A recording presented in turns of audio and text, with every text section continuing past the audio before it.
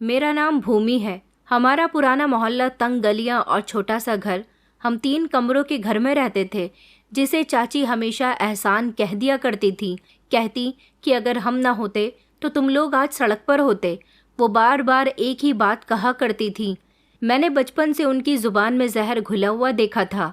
मेरे पिताजी एक मामूली से दर्जी थे। उन्होंने कभी किसी को जवाब नहीं दिया था। अपनी ईमानदारी के साथ अपना काम किया करते थे। एक छोटा सा कमरा उनकी वर्कशॉप था। वहाँ उनकी मशीनों का शोर और पिताजी की पसीने की खुशबू बसी हुई थी। वो कपड़े सिलते सिलते प्रार्थना भी किया करते थे कि एक दिन मेरी बेटी बहुत आगे बढ़ेगी। मैं पिताजी से कहती, क्या हम सच में बहुत गरीब हैं? वो कहते कि नहीं बेटा, हम बस अमीर नहीं हैं, फ़र्क समझो। मैंने कोशिश की, पर समझने में मुझे कई साल लग गए। हमारे चाचा पिताजी के छोटे भाई थे। गैर कानूनी तरीके से दुबई चले गए थे। बहुत कम लोग जानते हैं कि उन्होंने जाने के लिए मेरी माँ के जेवर पिताजी की सिलाई मशीन बेच दी थी। लेकिन पिताजी ने फिर से नई मशीन खरीद ली, मगर किसी से कुछ नहीं कहा। वो सच हमेशा के लिए उनकी आंखों में छुप गया था। कुछ सालों में चाचा ने बहुत पैसा कमा लिया, बड़ी गाड़ी खरीद ली, ब्रांडेड कपड़े, महंगा मोबाइल और सब कुछ। उनके बच्चे महंगे स्कूल में पढ़ते थे, इंग्लिश बोलने और हर वेकेशंस पर घूमने के लिए जाया करते थे। हम सरकारी स्कूल के स्टूडेंट थे। मेरा तो यूनिफॉर्म भी फटा हुआ था। जूते माँ हर हफ्ते पॉलिश किया करती थी, तब जाकर वो नए दिखाई देते थे। मैं अपनी उम्र से पहले ही समझदार हो गई थी। चाची का बिहेवियर बहुत सख्त था। वो जब भी हमारे घर आया करती थी, उनकी आंखों में हमारे लिए नफरत होती। एक बार कहने लगी कि भूमि, तुम भी पढ़ लिख कर कुछ बन जाना, ताकि हम लोग तुम पर एहसान करना छोड़ दें, भिखारी कहीं के।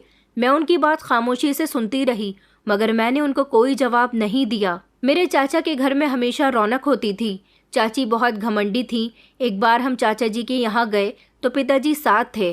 तब दरवाज़ा खोलते ही चाची ने कहा कि अपने जूते चप्पल बाहर ही उतार दो, वरना हमारा घर गंदा हो जाएगा। पिताजी ने कुछ नहीं कहा, जूते बाहर ही उतार दिए और अंदर चले गए। वो दिन मेरे दिल में नोकदार कील की तरह जमकर रह गया था। उस दिन मैंने खुद से वादा किया था कि एक दिन मैं ऐसी बनूंगी जहां इन लोगों को मेरे दरवाजे पर जूते उतारने पड़ेंगे। मैं रातों को जागकर पढ़ा करती थी। माँ सोते समय मेरे सर पर हाथ फेरकर कहती कि मेरी बेटी, ऊपर वाला तुम्हें हमेशा कामयाब करे, ताकि तुम्हारे पिता सर उठाकर जी सकें। कई बार मेरा दिल हारने के लिए आया था, लेकिन मेरे पिताजी की खामोश कुर्बानियां मुझे थाम लिया करती थी। चाचा की लग्जरी जिंदगी, चाची की बेइज्जती और स्कूल के बच्चों की मजाक में सब कुछ झेल रही थी, मगर अपना सपना नहीं छोड़ा। माँ की सबसे बड़ी परेशानी लाइट का बिल नहीं होता था, बल्कि चाची के ताने होते थे। एक दिन उन्होंने पिताजी के सामने कहा कि जब हम चाची के बच्चों के साथ खेल रहे थे, अपने बच्चों को संभालो, हमेशा मेरे बच्चों की चीज़ों पर नज़र रखते हैं। तुम लोग भिखारी हो और भिखारी ही रहोगे। पिताजी ने अपना सर झुका लिया। मैंने फौरन अपनी बहन का हाथ पकड़ा और वहाँ से उठकर अपने घर आ गई। समझ गई थी कि ये जगह हमारे लिए नहीं है। पिताजी हर संडे को चाची के घर कुछ न कुछ दे आते थे, कभी फ्रूट्स, कभी सिलाई किए हुए कपड़े, तो कभी कुछ। मैंने एक दिन कहा, पिताजी, जब वो हमें जलील करते हैं तो आप क्यों उनके घर सामान लेकर जाते हो? पिताजी ने सिर्फ इतना कहा कि बेटा, रिश्ते पैसे से नहीं, फ़र्ज से निभाए जाते हैं। फ़र्ज शब्द उस समय मेरे लिए बहुत बड़ा था, लेकिन इसका मतलब मैं हर दिन सीख रही थी। चाची ने एक दिन ये भी कह दिया कि मेरा पति दुबई से कमाकर भेजता है, तुम्हारे पिता तो यहीं कपड़े सिलकर मुश्किल से गुजारा करते हैं। उस दिन मैंने पहली बार जवाब दिया कि सिलाई का काम बुरा नहीं है। मेरे पति मेहनत से कमा रहे हैं, किसी के आगे हाथ नहीं फैलाते। हमारे बच्चे इसी के सहारे पल रहे हैं। जिस पर चाची ने मुंह बना लिया था। एक दिन चाची के बेटे मोहित ने मेरे हाथ में इंग्लिश की बुक देखी तो कहने लगा, अरे इंग्लिश भी कोई पढ़ने की चीज़ है, हम तो फ्रेंच सीख रहे हैं। मैंने मुस्कुराकर कहा कि लैंग्वेज कोई सी भी हो, अगर शिक्षा हो तो हर लैंग्वेज आसान है। वो हंसने लगा और कहने लगा कि ये सब छोटे लोग ही कहते हैं। मुझे उस दिन अंदाज़ा हुआ था कि वो सिर्फ हमारे हालात पर नहीं, बल्कि हमारे सपनों पर भी हंसते हैं। उसी साल चाची ने अपने घर प्रोग्राम रखा, जिसमें उन्होंने सबको इनवाइट किया था। प्रोग्राम के दिन जब हम सब लोग गए तो उन्होंने दरवाजे पर कहा कि हमें नहीं पता था कि तुम लोग आ जाओगे। वैसे भी तुम जैसे लोगों के आने से हमारे मेहमानों के सामने काफ़ी इंसल्ट होती है। ये बात सुनकर माँ वापस हम सब लोगों को घर ले आई थी। तब मैंने एक और फैसला किया कि हर बेइज्जती और हर नेगेटिव कमेंट मेरे लिए सीढ़ी बनेंगे। माँ तो चाची की बातों पर अफसोस किया करती थी और कहती कि तुम्हें उन जैसा नहीं बनना।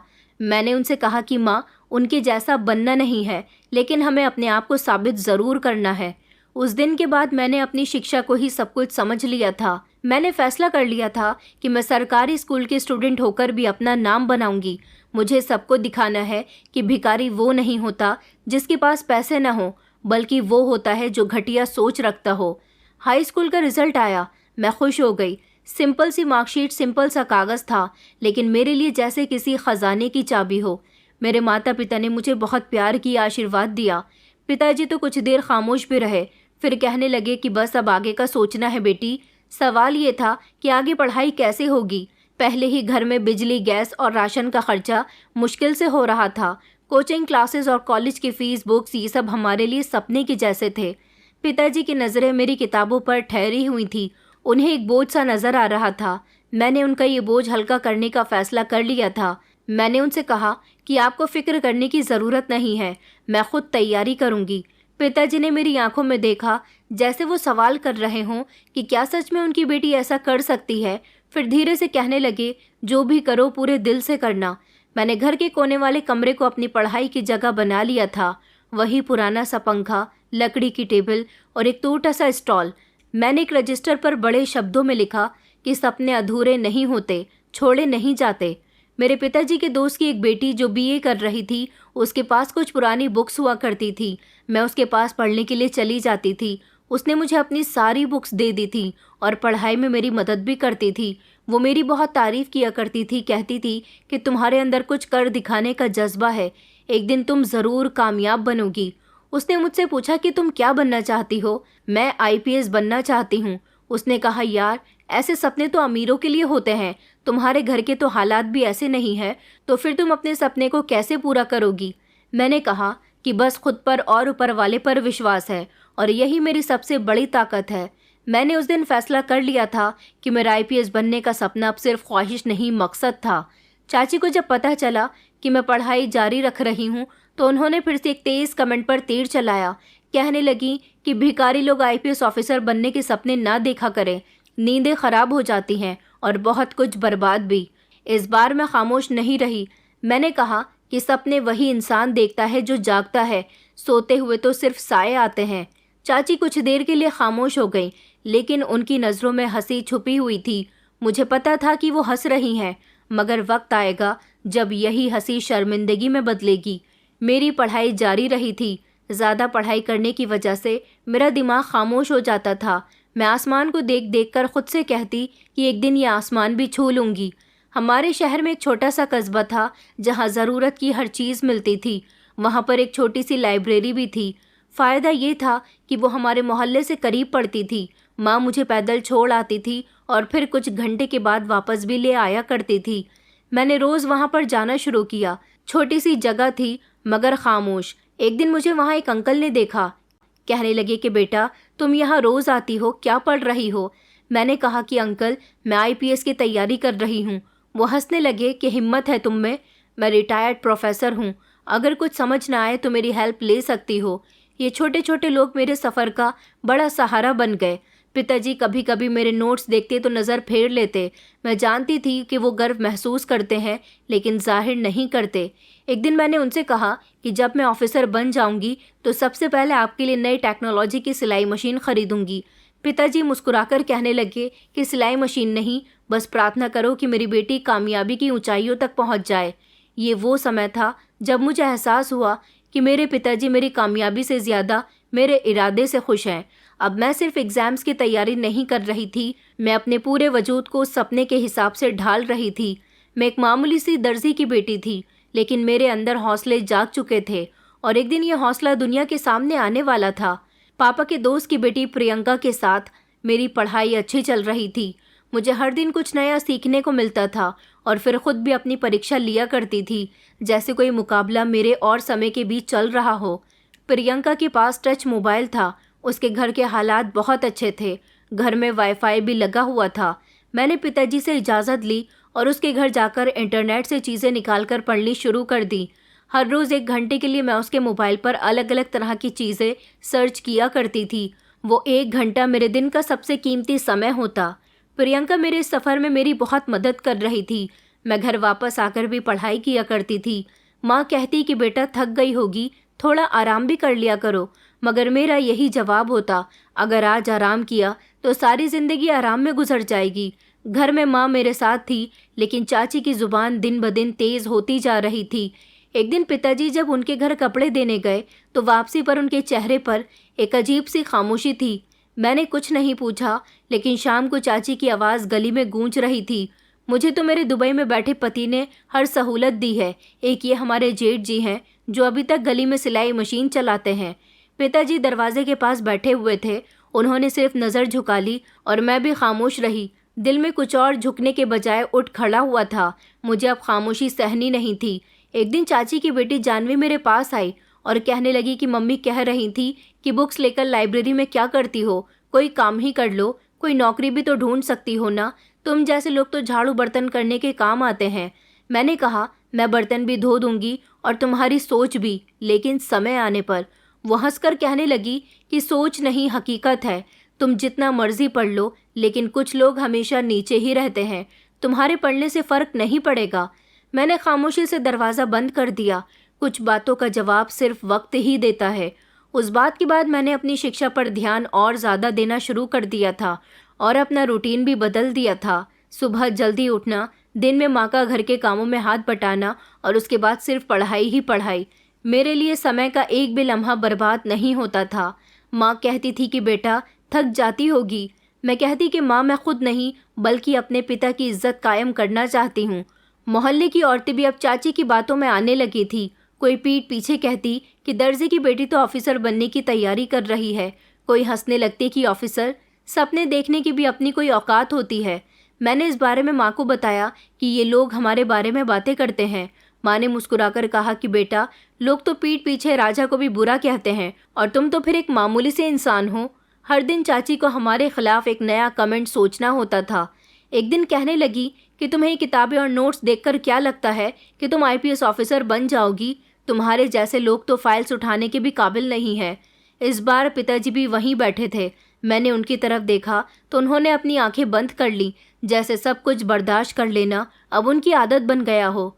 रात को मैंने पिताजी से पूछा कि पिताजी, आप चाची की गलत बातों का जवाब क्यों नहीं देते?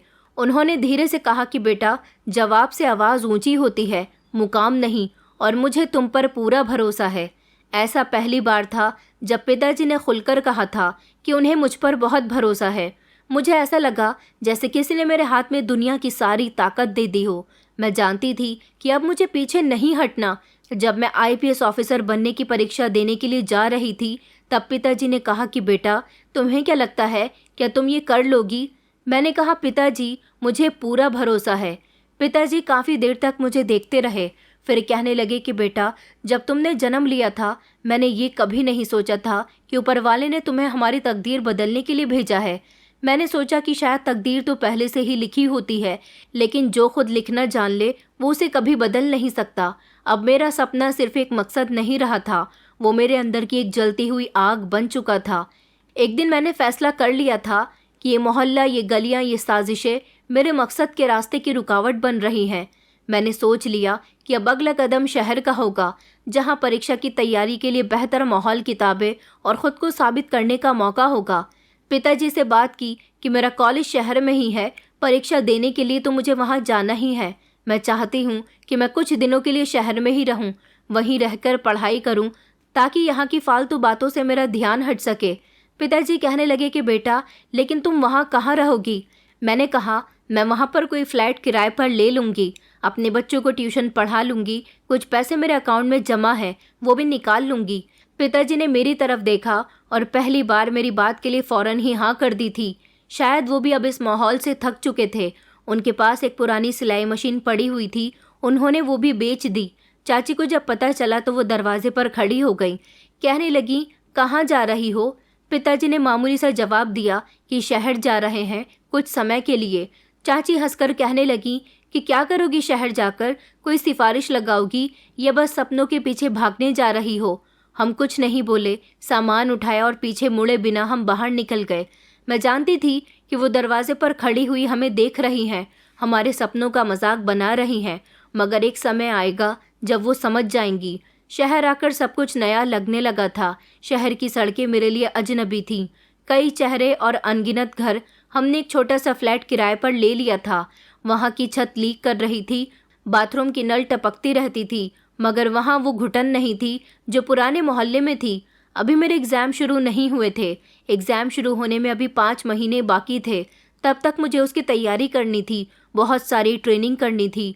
यहाँ शहर के कॉलेज की पढ़ाई में मन लगाना था और तैयारी के लिए मैंने एकेडमी में एडमिशन भी ले लिया था, जहाँ शाम को क्लासेस होती थी।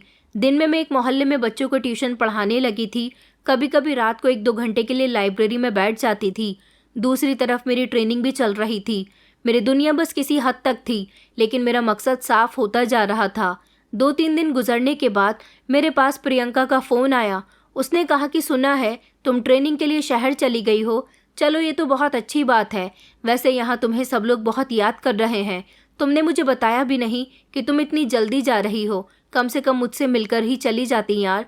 मैंने कहा, प्रियंका, यहाँ मैं सिर्फ एग्ज़ाम्स के लिए नहीं बल्कि अपनी पूरी तैयारी करने के लिए आई हूँ। बस मेरे लिए प्रार्थना करो कि मेरी परीक्षा सफल हो जाए। मुझे शहर में कोई नहीं जानता था कि मैं कौन हूँ, कहाँ से आई हूँ, किस परिवार से हूँ। मैंने खुद को समय के हवाले कर दिया था और फैसला कर लिया था कि अब सिर्फ मेरे नतीजे बोलेंगे। पढ़ाई का माहौल काफ़ी अलग था। यहाँ लोग सिर्फ नंबर्स के पीछे नहीं थे, वो मुकाबले में थे। सब कुछ नापा जाता था। ट्रेनिंग के दौरान मुझे काफ़ी परेशानी हो रही थी, मगर फिर भी मैंने हिम्मत नहीं हारी और जितना हो सका अपने आप को कामयाब बनाने की कोशिश करने लगी। मैंने सोच लिया था कि मैं यहाँ सिर्फ मेहनत करने के लिए नहीं बल्कि खुद को साबित करने के लिए आई हूँ। कॉलेज में मेरी मुलाकात एक लड़की सुनैना से हुई। वो एक बड़े ऑफिसर की बेटी थी और काफ़ी अमीर घर से थी। हम दोनों ने मिलकर ग्रुप स्टडी करनी शुरू कर दी थी। एक दिन मैंने उससे कहा कि तुम्हारे यहाँ सब कुछ है, तुम्हें कुछ भी करने की ज़रूरत नहीं है, फिर भी तुम इतनी मेहनत क्यों कर रही हो। वो हंसने लगी और कहने लगी, क्योंकि मुकाबला सिफारिश से नहीं जीता जाता, तैयारी से जीता जाता है। सुनैना मेरी पढ़ाई में लगन देखकर कहने लगी कि तुम तो बिल्कुल परफेक्ट हो यार। मुझे लगता है कि तुम अपनी परीक्षा में सफल हो जाओगी और एक दिन अपने शहर की बड़ी आईपीएस ऑफिसर बनोगी। मैंने कहा कि हाँ, मैंने सब कुछ सीख लिया है, मेरी तैयारी भी पूरी है। बस मेरे लिए प्रार्थना करो कि मैं सफल हो जाऊं, क्योंकि मैं अपने पिता का सर गर्व से ऊंचा करना चाहती हूं। अपने पिता को पूरे मोहल्ले में मान सम्मान दिलवाना चाहती हूं। जो लोग मेरे पिता को दर्जी कहते हैं, उनको ये दिखाना चाहती हूँ कि एक दर्जी भी अपनी मेहनत से अपनी बेटी को आईपीएस ऑफिसर बनाने के काबिल है। मेरी बात सुनकर वो मुस्कुराई और कहने लगी कि तुम जैसे लोग ही आगे चलकर कामयाब होते हैं। मैंने एक रूटीन बना लिया था। मैं सुबह को अपनी पढ़ाई करती, शाम को अपने फ्लैट के सारे काम करती और रात को 1-2 घंटे अपने घर पर फ़ोन पर बातें किया करती थी। माँ कहती थी कि बेटा, ये शहर तुम्हें बदल तो नहीं देगा। मैं कहती थी कि नहीं माँ, ये शहर मुझे वो बना रहा है जो मैं बचपन से बनना चाहती थी। मेरे माता पिता से मेरे बिना एक हफ्ता भी नहीं रहा गया। उन्होंने भी अपना सामान पैक किया और मेरे साथ मेरे फ्लैट में रहने के लिए आ गए थे। कहने लगे कि बेटा, हमें पता है कि तुम अपना ख्याल हमारे बिना नहीं रख सकोगी। अब हमारे लिए सिर्फ तुम ही तो हो, तुम्हारे अलावा हमारे इस दुनिया में है ही कौन, इसलिए हम तुम्हारे पास आ गए। पिताजी अपनी सिलाई मशीन भी साथ लेकर आए थे। अगले ही दिन उन्होंने अपनी सिलाई मशीन का सेटअप लगाया और उसकी मरम्मत करने लगे। मैंने कहा, पिताजी, आप यहाँ किसके लिए कपड़े सी रहे हो? उन्होंने कहा कि इस मोहल्ले की एक औरत ने कहा था कि उनके घर में शादी है। मैंने उनको बताया कि मैं एक टेलर हूँ, बहुत अच्छी सिलाई करता हूँ। तो उन्होंने कहा कि ठीक है, हम अपने घर की शादी के सारे कपड़े आपको दे देते हैं। अब तुम यहाँ पढ़ने के लिए आई हो और हम भी तुम्हारे पीछे पीछे आ गए, तो फिर ऐसे गुजारा कैसे चलेगा? मुझे भी तो कुछ ना कुछ करना पड़ेगा ना बेटा। मैंने मुस्कुराकर जवाब दिया कि बस पिताजी, अब थोड़ा समय और है, फिर आप सिलाई नहीं बल्कि गर्व का काम करेंगे। माँ कहने लगी कि बेटा, तुम अपने दिमाग में इतनी ढेर सारी बातें और पढ़ाई की सारी बातें कैसे रख लेती हो? मैंने कहा, माँ, मेरे अंदर बहुत जगह है, बस कामयाबी आने की देर है। मोहल्ले के अभी ज़्यादा लोगों को नहीं पता था कि हम यहाँ पर आ गए हैं। वो जो हर समय कुछ न कुछ पूछते थे, अब सिर्फ खामोशी से अपने घरों में बैठे हुए थे। एक बार मुझे प्रियंका ने फ़ोन करके बताया कि तुम्हारी चाची ने मोहल्ले में सबको बता दिया कि तुम्हारे पिता कर्ज की वजह से शहर चले गए। मैंने कहा, ठीक किया, उन्होंने बस कर्ज पैसों का नहीं, इज्जत का है और मैं वो उतारने के लिए यहाँ आई हूँ। अब मेरा दिन ट्रेनिंग, ट्यूशन और ख़ुद को बेहतर बनाने में गुजरता। पिताजी और माँ मेरे साथ साथ थे और मैं उनकी आंखों में विश्वास देखती थी। हम लोग यहाँ मसूरी में बहुत खुश थे क्योंकि आईपीएस ऑफिसर की ट्रेनिंग यहीं होती है। मैंने अपने माता पिता की आंखों में वो बेफिक्री देखी थी जो बरसों से गायब थी। यहाँ ट्रेनिंग करते हुए 3 महीने गुजर चुके थे। तैयारी की रफ्तार बेहतर हो रही थी और पिताजी माँ भी नए माहौल से कुछ हद तक खुश हुए थे। यहाँ के लोगों ने भी मेरे पिताजी से कपड़े सिलवाने शुरू कर दिए थे और कुछ खर्च मेरी ट्यूशन से पूरा हो रहा था। सुकून था, मगर एक दिन ऐसा आया कि सारा सुकून जैसे किसी आवाज़ के बिना बिखर गया। उस दिन मैं अपनी पढ़ाई कर रही थी जब पिताजी के पास एक फ़ोन आया। नंबर देखकर उनकी आंखों में हल्की सी हैरानी नजर आई। ये मेरे चाचा जी का नंबर था। कई सालों के बाद उन्हें अपने बड़े भाई की याद आई थी। बस 2 मिनट की बात हुई। पिताजी ने फ़ोन रिसीव किया, उनसे बात की, बस सर हिलाया और कहा कि ये तो बहुत अच्छी बात है, मुबारक हो तुम्हें। फ़ोन रखते हुए पिताजी ने इतना कहा था, उसके बाद वो खामोश हो गए। मैंने पूछा, पिताजी क्या हुआ है? पिताजी ने बताया कि बेटा मोहित एसपी बन गया है और इसी खुशी में उन्होंने पार्टी रखी थी और सब लोगों को बुलाया है। मैंने कहा, और हमें?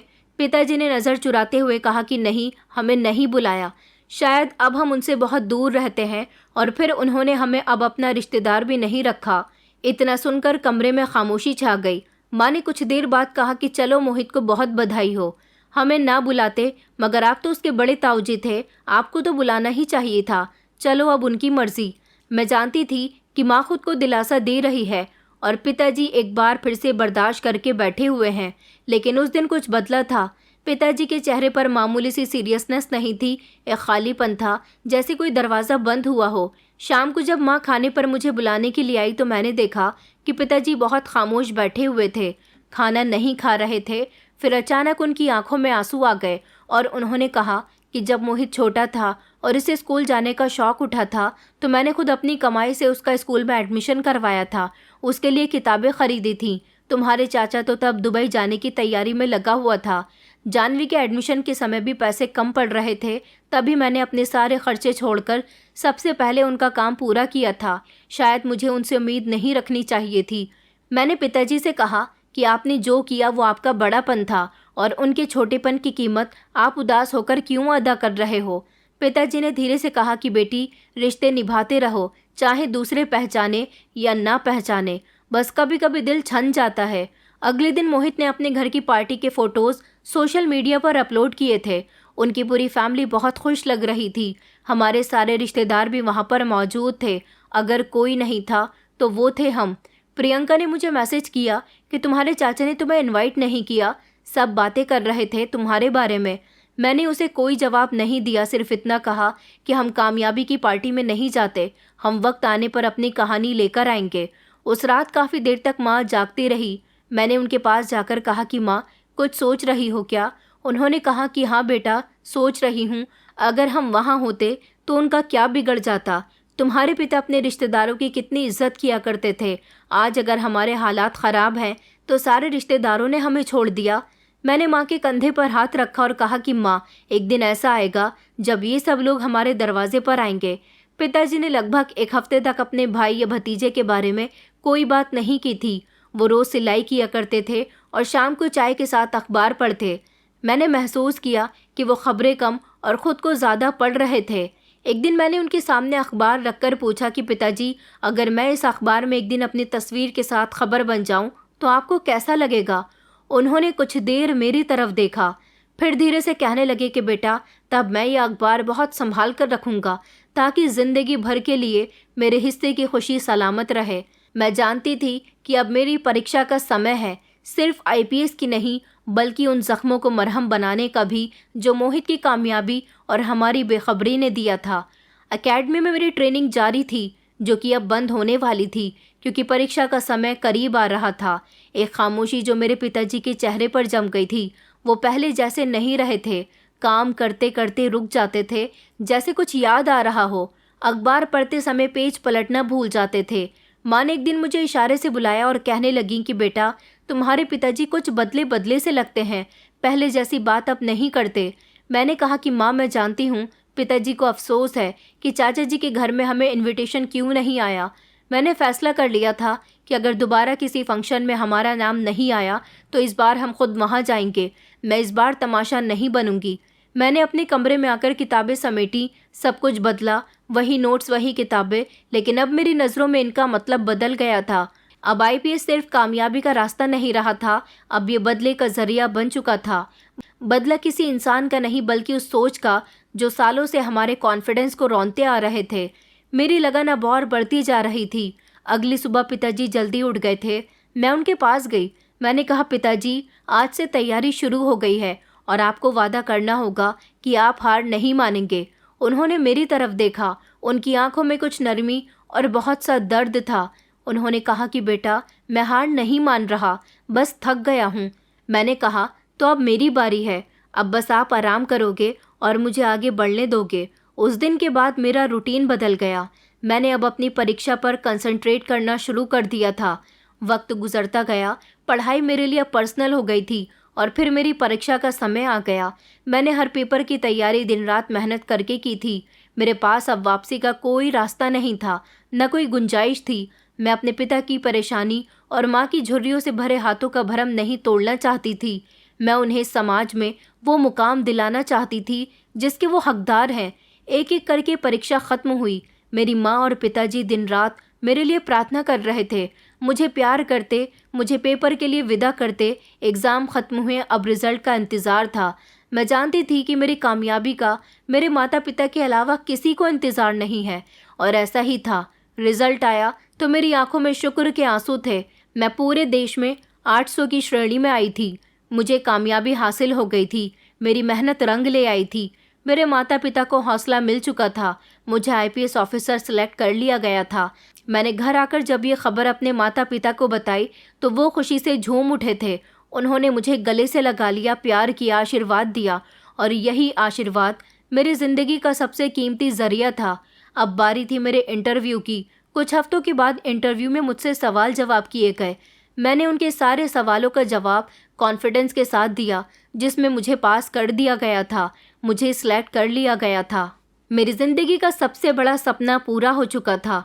मैं घर पहुंची तो मैंने पिताजी का हाथ थामकर कहा कि पिताजी, अब आपको अपने इन कमज़ोर हाथों से कुछ करने की ज़रूरत नहीं है। अब आपकी बेटी इतनी काबिल हो गई है कि अब वो आपको कोई मेहनत नहीं करने देगी। आपकी बेटी ने वो मुकाम हासिल कर लिया जिसके सपने आप बरसों से देख रहे थे। पिताजी ने मुझे आशीर्वाद दिया। वो न जाने कैसा लम्हा था। हम तीनों फूट फूट कर रो रहे थे। कई महीने हम मसूरी शहर में रहे, जहाँ मैं ज़्यादातर अपनी एकेडमी में भी रही और अपने माता पिता के करीब भी रही।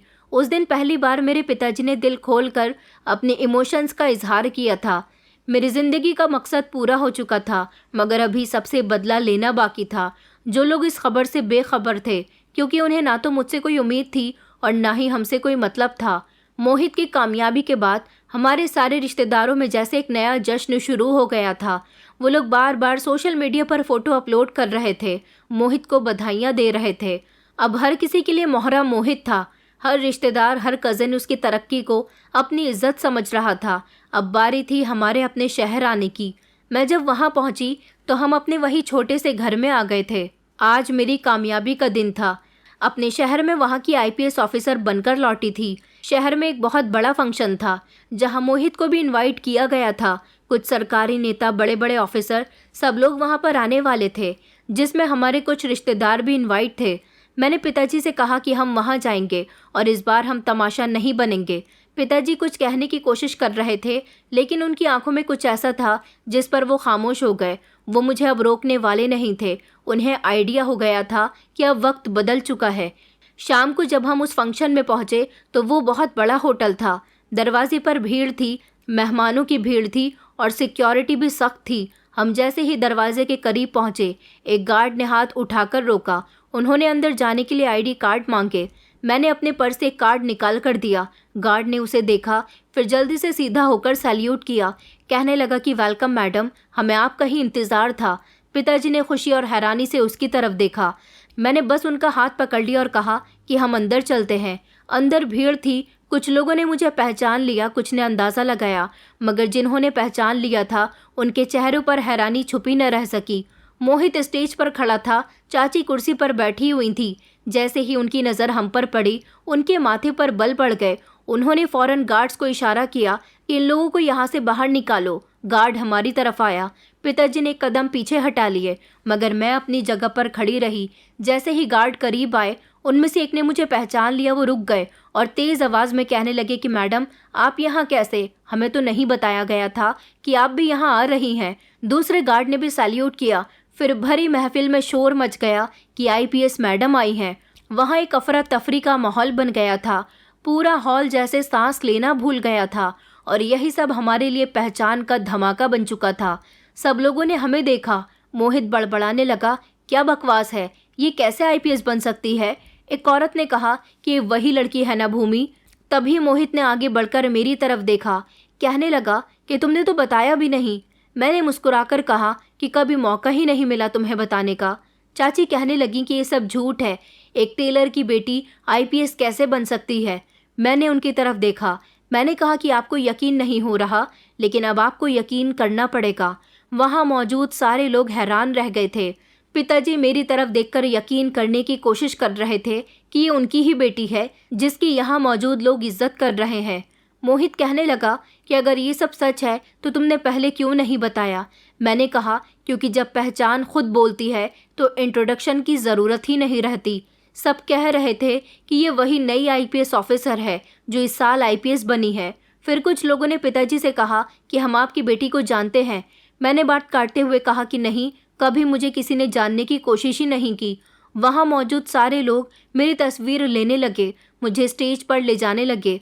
मैंने अपने पिताजी का हाथ पकड़ा और स्टेज तक आई।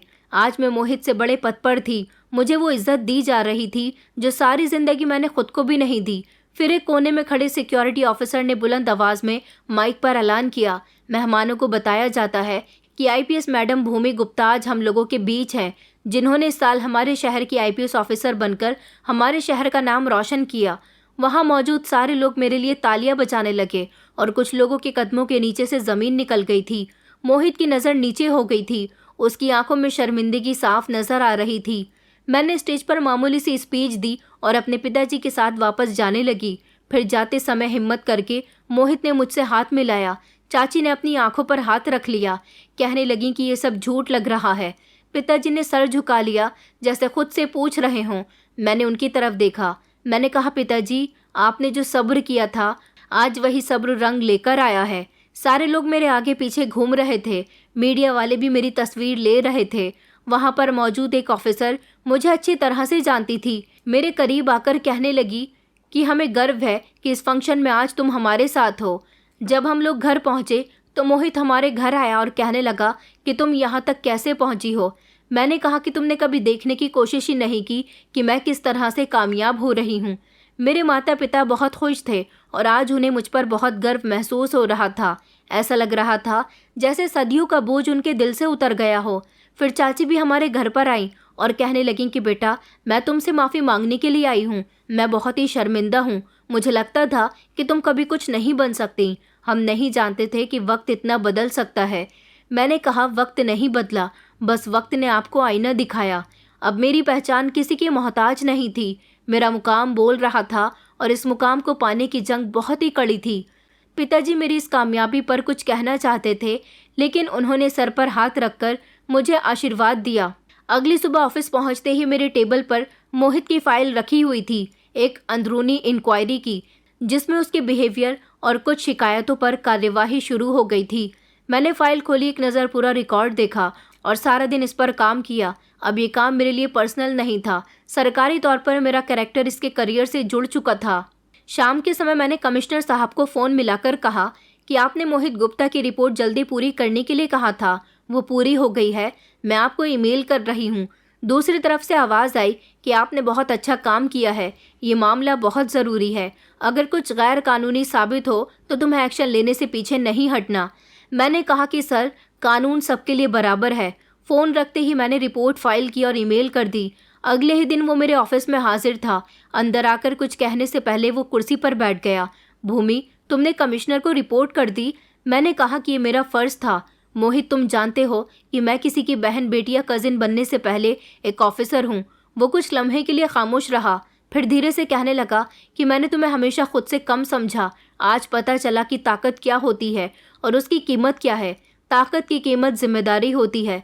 मैंने कहा कि तुम भी कभी जिम्मेदारी को सीरियस ले लेते तो आज ये दिन देखना न पड़ता। वो शर्मिंदा हुआ, आंखों में आंसू आ गए थे। वो उठा और मेरे कदमों में बैठ गया। प्लीज़, मैं तुमसे माफ़ी मांगता हूँ। कमिश्नर साहब से जाकर भी माफ़ी मांग लूँगा। मेरी नौकरी, मेरे माता पिता सब मुझसे दूर हो जाएंगे। मैंने हाथ के इशारे से उसे उठने को कहा। मैंने कहा, नौकरी तुम्हारी है, इज्जत तुम्हारे माता पिता की है। अगर सच में माफ़ी मांगनी है तो वहाँ जाओ जहाँ तुमने सबसे ज़्यादा नुकसान पहुँचाया है। वो झुककर वहाँ से चला गया। उसी शाम हमारे घर के दरवाजे पर दस्तक हुई। माँ ने दरवाज़ा खोला। सामने चाची खड़ी हुई थी। उनकी आंखों में घबराहट थी। उन्होंने कहा कि भाभी, मैं आपके आगे हाथ जोड़ती हूँ। भूमि से कहिए कि मेरे बेटे की नौकरी बचा ले। उससे गलती हो गई और हमसे भी गलती हुई है। फिर उन्होंने मेरी तरफ देखा और कहने लगी कि बेटा, हमने तुम्हें कभी नहीं समझा। प्लीज़ हमें माफ़ कर दो। मोहित की नौकरी खतरे में है, वो बिखर गया है। पिताजी ने खामोशी से उनकी बात सुनी, फिर धीरे से कहा कि हमने तुमसे कभी इज्जत नहीं मांगी, सिर्फ नज़रअंदाज किया। मगर तुम्हें क्या लगता है कि हम तुम्हारे मुकाबले के नहीं? उन्होंने कहा कि भैया, हमारी सोच छोटी थी, मगर भूमि ने आज सब कुछ बदल दिया। प्लीज़ हमें माफ़ कर दो और हमारे बेटे की नौकरी बचा लो। पिताजी ने मेरी तरफ देखा। मैं खामोशी से खड़ी सब कुछ सुन रही थी। उन्होंने कहा कि बेटा, मैं तुम्हारे पिता को जो सुनाती रही, आज वो सब मेरे बेटे के आगे आ रहा है। तुमने हमारा सर झुका दिया, लेकिन अगर ये झुकाना हमारी हार दिखा दे तो हमें झुकना मंजूर है। मोहित अगले दिन फिर से मेरे पास आया। इस बार उसकी आंखों में आंसू थे और बदलाव भी था। उसने कहा कि मैंने अपने घमंड को एक तरफ रखकर सोचा, अगर तुमने मुझे एक मौका दिया तो मैं खुद को साबित करना चाहता हूँ। मैंने फाइल बंद की और कहा कि तुम्हें अपनी इज्जत पाने के लिए अब सिफारिश ही नहीं, इंसान बनना होगा। ये लम्हा उन सारे लम्हों का जवाब था जिनमें हमें छोटा समझा गया, जिनमें हमारे सपनों का मजाक बनाया गया। आज वो सब पलट चुका था और मेरे पास ताकत थी। ये वो ताकत थी जिसकी कीमत कुर्बानी, समय और सब्र से अदा की गई थी। ऑफिस में सन्नाटा था। फाइल बंद हो चुकी थी, कार्यवाही पूरी हो चुकी थी और अब सिर्फ रिपोर्ट के मुताबिक फैसला जानना बाकी था। मुझे पता था कि मोहित अब खुद से बेहतर ऑफिसर बनने की कोशिश करेगा, लेकिन पुरानी बातों में भूल नहीं सकती थी। दोपहर में कमिश्नर साहब का मैसेज आया। उन्होंने कहा कि कोई सिफारिश आई हो तो मुझे ज़रूर बताना, लेकिन रिपोर्ट जानदार होनी चाहिए। मैंने कहा कि सर, रिपोर्ट पहले से ही सच पर है। अब हमारे वो रिश्तेदार जो कभी हमें पूछते भी नहीं थे, अब हमें अपने घर इनवाइट करने लगे थे। उनके शब्दों में मिठास आ गई थी। सब लोग हमसे कहते कि तुम्हारी बेटी ने तो नाम रोशन कर दिखाया। चाची भी कहने लगी कि भूमि बेटा, तुमने बहुत बड़ा काम किया है, हमें तुम पर गर्व है। मैंने धीरे से जवाब दिया, गर्व आपको इस बात पर होना चाहिए कि आपने अपना बिहेवियर बदला। मोहित सर झुकाकर बैठा हुआ था। चाची उसके पास बैठी। मैंने कहा, रिपोर्ट सच है, गलत सिर्फ तुम्हारे दिल थे। पिताजी ने फौरन बात संभाल ली। बेटा, हम सब इंसानों से गलती होती है, लेकिन जो समय गुजर चुका है उसको इल्ज़ाम से नहीं बल्कि माफ़ी से संवारा जा सकता है। मैंने अपनी बात जारी रखी और कहा कि अब किसी रिश्तेदार को, किसी कमज़ोर को, किसी गरीब को भी कम समझा तो वो सिर्फ अपनी इज्जत खो देगा। मैं इस परिवार का हिस्सा हूँ, लेकिन अब मैं इस शहर में एक बड़ी ऑफिसर हूँ। अगली बार कोई गलती हुई तो नौकरी गई। मोहित ने सर उठाकर देखा और कहा कि मैं वादा करता हूँ अब किसी के साथ गलत नहीं करूँगा। चाची ने पिताजी से हाथ जोड़कर कहा कि भैया, हमें माफ़ कर दो। हम में गुरूर था, लेकिन आपकी बेटी ने हमें सबक सिखा दिया। हर तरफ मेरी ही बातें हो रही थी, हर किसी की नज़र मुझ पर थी। मैंने सबको देखा और कहा कि ये कामयाबियाँ मेरी नहीं, मेरे और मेरे पिता की परवरिश का नतीजा है। गरीबी किसी की गलती नहीं होती, मगर घमंड इंसान को बर्बाद कर देता है। ये शब्द बोलकर जब मैं बाहर आई तो आसमान पर हल्की सी हवा चल रही थी, जैसे समय ने थपकी दी हो। अब वो परेशानी जो बरसों तक हमारे दरवाजे पर थी, जो नेगेटिव कमेंट्स हमने लोगों के सुने थे, वो सब अब तारीफ में बदल चुके थे। सारे लोग इज्जत से सर उठाकर हमें देखते थे और मैं अब सिर्फ किसी की बेटी नहीं बल्कि अपनी पहचान की मालिक बन चुकी थी। अब हर इनविटेशन में मेरा नाम सबसे पहले आता था और मैं हर फंक्शन की सबसे स्पेशल मेहमान की हैसियत में जाती थी। लेकिन मेरे अंदर वही जज्बा था, अगर कभी मेरे किसी फैसले से किसी लाचार का सर झुके तो मेरी कुर्सी की कोई कीमत नहीं है। उस दिन के बाद पिताजी जब भी अपनी पुरानी सिलाई मशीन को देखते तो कहते, ये मशीन तो पुरानी हो गई, लेकिन जिसे उसने बिठाया था वह पूरे शहर की उम्मीद है। आज मेरे वही सब रिश्तेदार मेरे करीब हैं जो मुझे बुरा समझते थे, लेकिन मैं सिर्फ अपने काम पर ध्यान देती हूँ, जैसे कभी सिर्फ पढ़ाई पर ध्यान दिया करती थी। और आज मेरे माता पिता सर उठाकर और इज्जत की ज़िंदगी जी रहे हैं। भूमि की ये कहानी समाज को सिखाती है कि मेहनत, संयम और आत्मविश्वास से कोई भी अपनी तकदीर बदल सकता है। गरीबी या तिरस्कार इंसान की क्षमता को नहीं रोकते, उसका जज्बा और दृढ़ संकल्प उसकी पहचान बनाते हैं। भूमि ने अपने पिता की खामोश कुर्बानियों और माँ के विश्वास को ताकत बनाकर चाची के तानों को प्रेरणा में बदला और साबित किया कि सपने जागते हुए देखे जाते हैं। ये कहानी समाज को दिखाती है कि दूसरों को छोटा समझना या उनकी मेहनत का मजाक उड़ाना हमारी संकीर्ण सोच को दर्शाता है। रिश्ते पैसे या रुतबे से नहीं बल्कि फर्ज और सम्मान से निपटे हैं। सच्ची सफलता वही है जो दूसरों को प्रेरित करे और समाज में सम्मान व समानता लाए। हमें हर व्यक्ति की मेहनत का सम्मान करना चाहिए, क्योंकि हर इंसान में कुछ बड़ा करने की क्षमता होती है। ये कहानी प्रेरित करती है कि नैतिकता और मेहनत से हर बाधा को पार किया जा सकता है। दोस्तों, उम्मीद करती हूँ आपको हमारी कहानी पसंद आई होगी। कहानी पसंद आई है तो वीडियो को लाइक करें, चैनल पर नए हैं तो चैनल को सब्सक्राइब करें और हाँ, नोटिफिकेशन बेल को ज़रूर दबाएं ताकि अगली अपडेट सबसे पहले आपको मिले।